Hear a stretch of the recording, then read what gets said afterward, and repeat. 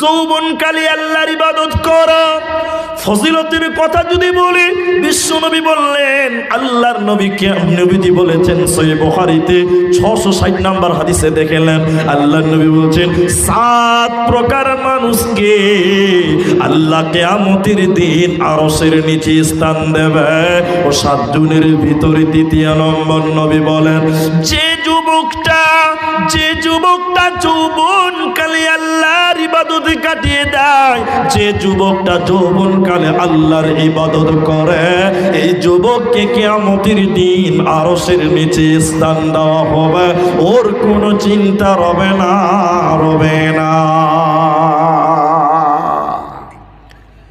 তাহলে আপনি যৌবনকালে ইবাদত করুন। আমরা নামাজ রোজা যে কোনো ইবাদতে গেলে এখন ভেজালের শেষ নাই। যে কোনো ইবাদতে এখন ভেজাল আছে, ভেজাল নাই? এই যে রোজার মাস এসছে, ইফতারের টাইম হয়ে গেছে, মাইকে শুরু হয়ে গেছে, পক পক করে বকতে লেগে গেছে। সাহারি খেয়ে বলছেন নাওয়াইতু, দোয়া শুনেছেন তো আপনারা? রোজার নিয়ত, ইফতারের নিয়ত, তারাবির নিয়ত, সব কিছুতে এখন ভেজাল।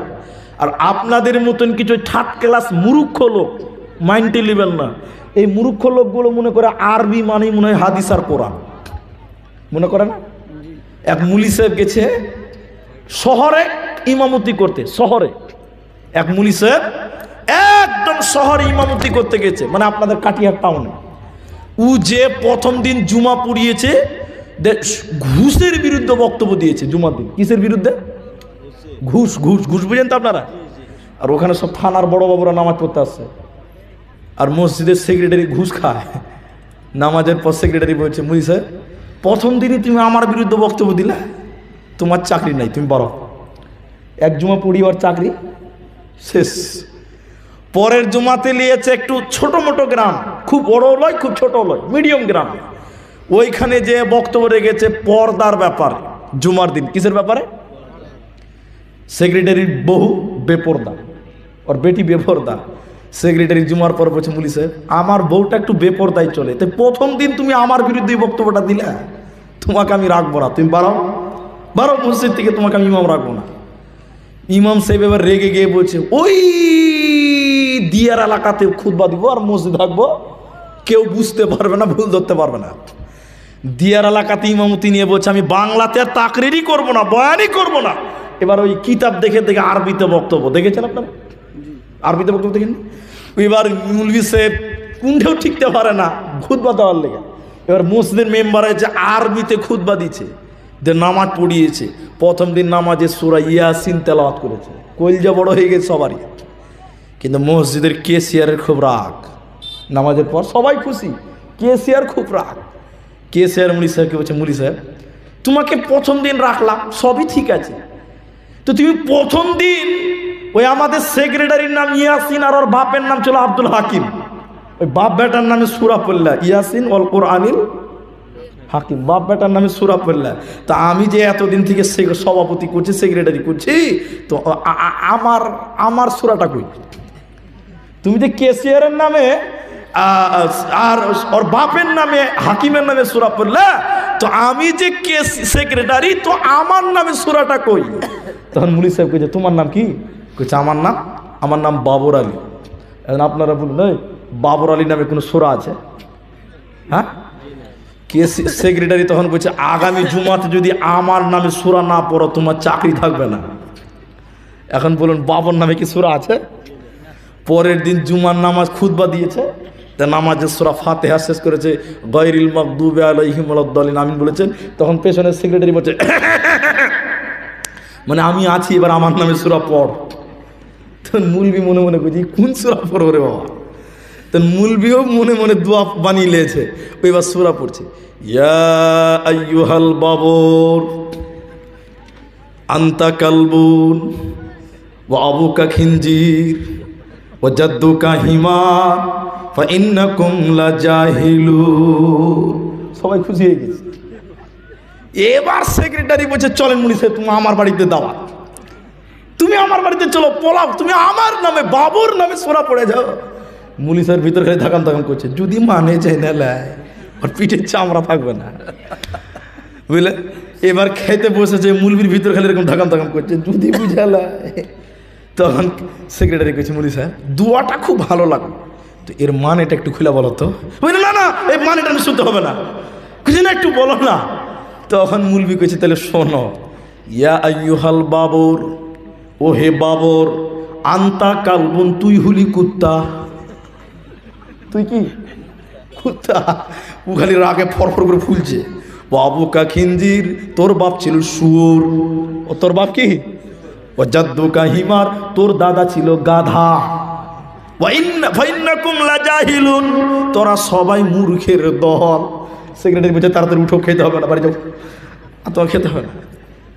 আজকে রমজান মাসে এই ইবাদতেও ভেজাল। রোজা রাখবেন, মাইকে বলছে নিয়ত পড়ো, আরবিতে নিয়ত শুনিয়ে দিল আপনাকে। তো আমাদের দেশে কিছু মূর্খ লোক মনে করছে আরবি মানে মনে হয় দুয়া টুয়া কিছু একটা হবে। আরবি একটা ভাষা, আরবি একটা কি ভাষা। যুবকেরা সচেতন হয়ে যাও। বিশ্বনবী বললেন, শুনে নাও, আন উমরিহি ফীমা আফনাহু ওয়া আন শাবাবিহি ফীমা আবলাহু। তুমি যৌবন কালটা আমি আল্লাহকে বুঝিয়ে দাও। এজন্য ইমাম তিরমিজি হাদিস নিয়ে এসে বলেছেন, ইগতানিম খামসান ক্বাবলা খামসিন, পাঁচটা জিনিসকে গানিমত মনে করো, মূল্যবান মনে করো, সম্পদ মনে করো, হীরের টুকরো মনে করো। পাঁচটা জিনিসের ভিতরে প্রথম নম্বর নবী বলছেন, শাবাবাকা ক্বাবলা হারামিকা, জওয়ানিকে নিয়ামত মনে করো, যৌবনকে নিয়ামত মনে করো, বৃদ্ধ হয়ে যাওয়ার আগে। যৌবনকে নিয়ামত মনে করো, বৃদ্ধ হয়ে যাওয়ার আগে। বৃদ্ধ হয়ে যাওয়ার আগে যৌবনকালকে নিয়ামত মনে করতে হবে। তাহলে আমরা যৌবনকালে বেশি বেশি আল্লাহর ইবাদত করব, বলুন ইনশাআল্লাহ। 3 নম্বরটা শোনেন, ভয় লাগছে তারপরও বলছি যে কখন সব দিল উঠে পালিয়ে যাবে। 3 নম্বর নবী বললেন, শোনো, তোমার মাল সম্পর্কে কিয়ামতের দিন আল্লাহ জিজ্ঞাসা করবে। হে পৃথিবীর লোকেরা, মাল তুমি কিভাবে উপার্জন করেছিলা, কামাই করেছিলা, বলো কিভাবে তুমি ইনকাম করেছিলা, হালাল ভাবে না হারাম ভাবে? এই মালের হিসাবটা আল্লাহকে দিতে হবে। আল্লাহ, আমি এইভাবে কামাই করেছিলাম। বিশ্বনবী আফসোস করে বলেছেন, ইয়াতি আলান নাসি জামান, এমন একটা জামানা আসবে রে, মানুষেরা তাওয়াক্কা করবে না, পরোয়া করবে না সে কিভাবে উপার্জন করলো, হালাল না হারাম, এই পরোয়া কেউ করবে না। এজন্য নবী বললেন, হালাল ইনকাম করো, ইনকামের কামাইটা সম্পর্কে আল্লাহকে জবাব দিতে হবে। শুধু তাই নয়, কেউ যদি হারাম খাবার খায়, ওর ইবাদত কবুল হবে না। এদিকে একটা লোক কাবার সামনে যে দোয়া করছে, এদিকে দেখেন, কাবার শরীফের সামনে এরকম দোয়া করছে, এরকম দোয়া করছে। তা আল্লাহ নবী বলছেন, এই লোকটার দোয়া কি করে কবুল হবে? আল্লাহ নবী বলছেন, এই লোকটার দোয়া কিভাবে কবুল হতে পারে? এই লোকের দোয়া কবুল হবে না। কেন হবে না? নবীজি বলছেন, মালবাসুহু হারাম, ওর পোশাক আছে হারাম। লোকটার কি হারাম বললাম? পোশাক হারাম। পোশাক পরে আল্লাহর কাছে দোয়া করলে কবুল হবে না। গুজিয়া বিল হারাম, আল্লাহ নবী বলছেন, তার জীবিকা নির্বাহ হারাম, তার মাংস হারাম, তার খাদ্য হারাম, সে খাবার খায় হারাম, পোশাক আছে হারাম, তার জীবিকা নির্বাহ হারাম, সব হারাম।